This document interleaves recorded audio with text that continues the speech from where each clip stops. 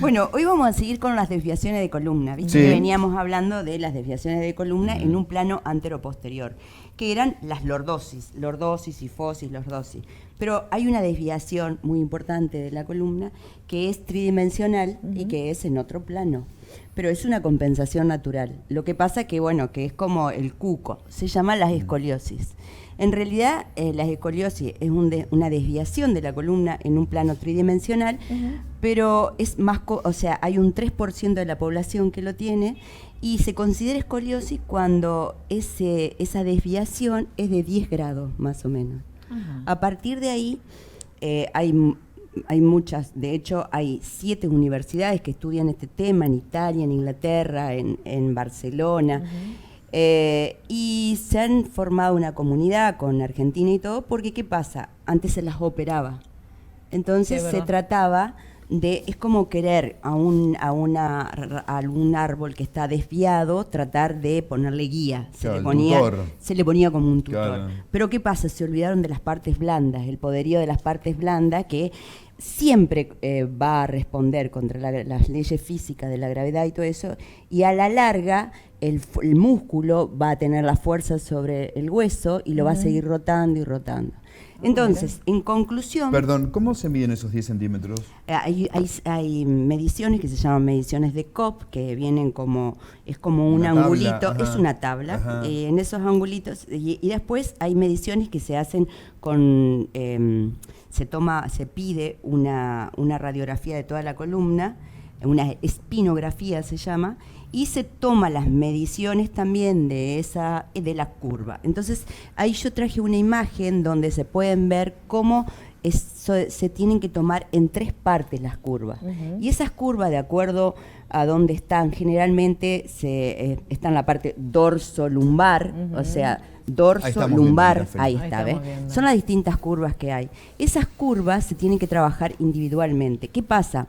Mucha gente tiene pocos grados y va a un gimnasio.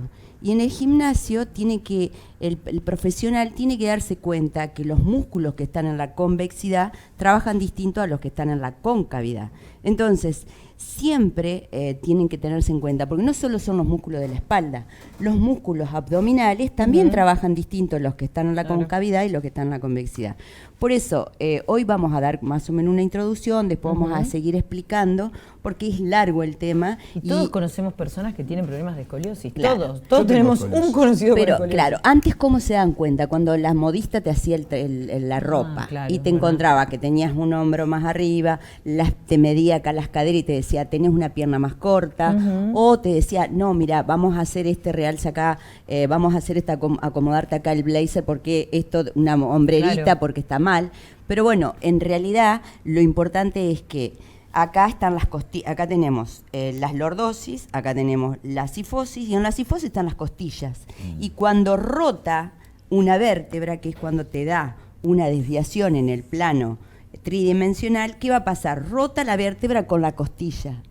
Al rotar con la costilla, a vos te aparece una jiba anterior y una jiba posterior, que es la forma de la costilla que rotó, que giró. Entonces, ¿qué pasa? Cuando vos te ves de frente tenés un busto más alto que el otro, una media o sea, un medio tórax más levantado que el otro. Del otro lado tenés un omóplato que trabaja de un lado más arriba y el otro más abajo. Y ya veníamos hablando cuando hablamos del sistema estomatognático. Entonces, ves, hay que hacer todas esas alineaciones en un plano frontal, en un plano lateral, para saber, hay disquinesia de omóplato, cuando un omóplato trabaja distinto al otro. Entonces, ¿qué pasa? Por ahí te dicen, no, vamos a poner plantilla porque tiene una pierna más corta. No es una pierna más corta. Quizás es una falsa pierna corta por el tema de que los músculos van traccionando para a vos realinearte gravitacionalmente. Qué importante lo que decís, volviendo siempre a lo que vos planteás. El origen. La causa. Siempre buscar. Porque si no, estás trabajando en ciego. ¿Y qué pasa? Es como decir, bueno, vamos a poner plantilla. Te pones plantilla. El cuerpo, al primer estímulo que cambia, lo encuentra raro, empieza como a estudiar y hace una respuesta. Te parece que se te fueron los dolores. Pero a los 2 meses vuelven en otro lado. Y empiezan a hacer así las compensaciones. Ahora, hay que sacar un mito. Las escoliosis no duelen. porque es una compensación. Claro, lo que como vos la tenés una lordosis claro. marcada, el que tiene escoliosis tiene una desviación lateral. En 3 planos. Entonces, ¿qué pasa? Lo que duele es esa mala postura. Claro, no, lo que duele es si vos le llegás a dejar que esa pierda la movilidad. Ah, mira. Porque viste que hay una ley, el cuerpo se maneja por 3 leyes: economía, equilibrio y confort. Va a sacrificar el equilibrio por el confort. Si a él le queda cómodo esto, va a andar por la vida así. Claro. Y no te va a doler nada. Al paso del tiempo, el factor tiempo hace que esas curvas se aumenten. Y después sí va a empezar a doler, porque esas jivas, dijimos que rotan las costillas y comprimen ¿qué? Los órganos que están adentro. Claro. Porque hay una relación contenido-continente de las cavidades. Entonces, ¿qué pasa? Empiezan a comprimir y ahí va a aparecer los dolores. Perfecto. Entonces hay que dar siempre movilidad y con una guía y teniendo en cuenta qué grados, porque hay distintos grados. Hay solo un 1% es quirúrgico. Pero si todo esto, y hay que tener muy en cuenta la edad, porque la escoliosis crece y se deforma hasta que termina de consolidar la columna, que es cuando nosotros decimos Risser 5, que es aproximadamente de la menarca, primer menstruación, 2 años más o menos. Claro, que es lo que se establece, es como que después de tu primera menstruación seguís creciendo 2 años más. Exacto, pero ¿qué pasa? Hay que tener en cuenta que ustedes hablaban en la escuela, que ya en la escuela hay que tener cuidado, porque los chicos por ahí ahora tienen más en cuenta los pupitres y todo eso, pero antes donde estudiaba un adulto, estudiaba un niño. Y entonces ahora se tenía que adaptar. No sé. Por eso, no sé qué escuela viste vos que te adaptada, pero no. Bueno, casi pasando lo mismo.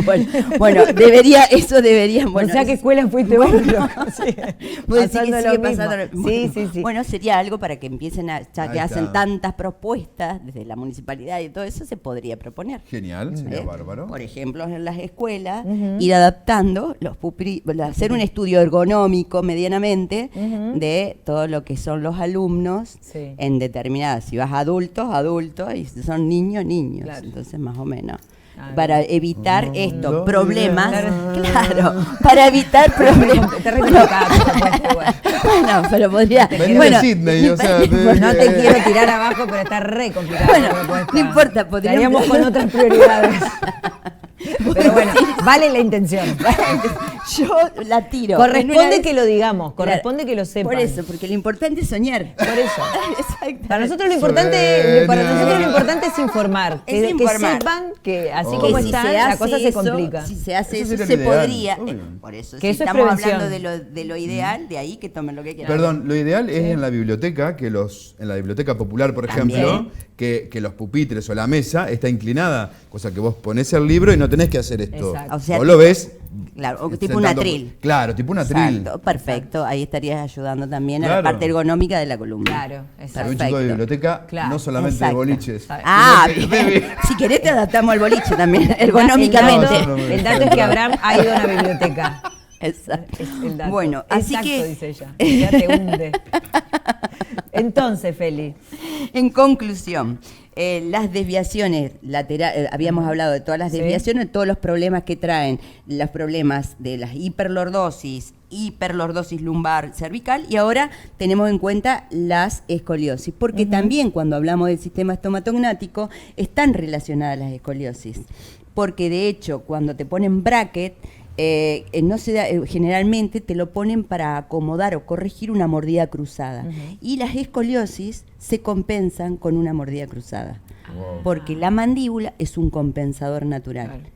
Así como dijimos que los pies, los ojos y la mandíbula eran los 3 captores de la postura, sí o sí, el que tiene escoliosis, lo más probable que compense con una... Y entonces ahí empiezan. El problema de los brackets, sí, bracket no, cuándo bracket, y entonces se tiene que trabajar, volvemos a lo mismo, en interdisciplina. Claro.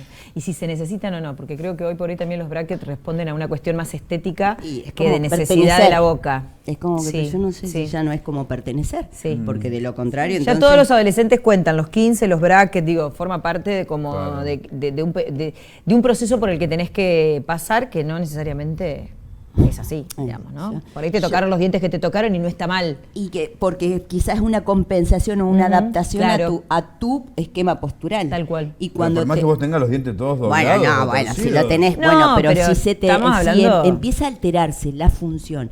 Siempre hay que tener en cuenta qué es, estética o función. Claro. Ahora, si vos me decís, yo tengo toda la vida, tuve la mordida tipo 3, que es cuando la mandíbula se va hacia adelante y los dientes superiores se encastran. Estéticamente, obviamente, que te da una tipología que por ahí no es tan agradable. Pero ¿qué pasa? Aparte de eso, vos ya tenés adaptada la lengua, toda la respiración, todo eso.